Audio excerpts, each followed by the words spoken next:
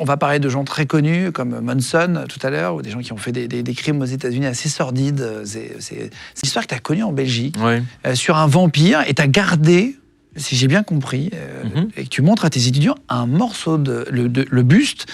Comment tu as pu garder un buste? En fait, c'est pas une histoire à moi, c'est une histoire très ancienne. On ne sait plus exactement de quelle époque, mais c'était avant la Deuxième Guerre mondiale. En fait, avant la Deuxième Guerre mondiale, on avait un musée. Il fut une époque où on n'avait pas de podcast, où on n'avait pas de dia, on n'avait rien pour montrer aux étudiants. Des collections d'anatomie, des collections de médecine légale.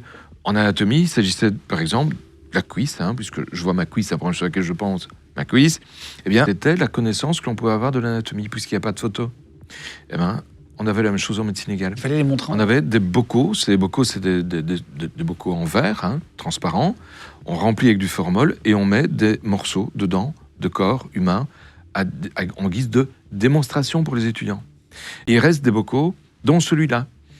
Et de prof d'UNIF à prof d'UNIF de médecine légale, on se transmet l'histoire du bonhomme qui est dans le bocal. Attends, mais là tu parles d'un buste, c'est des bustes qui datent de quand?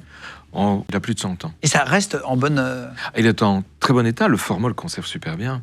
Donc tu vois, tu as la peau, tu vois qu'il y a un trou avec un pieu en bois. Mais t'as quoi? T'as tout le buste? Oui. Attends, mais c'est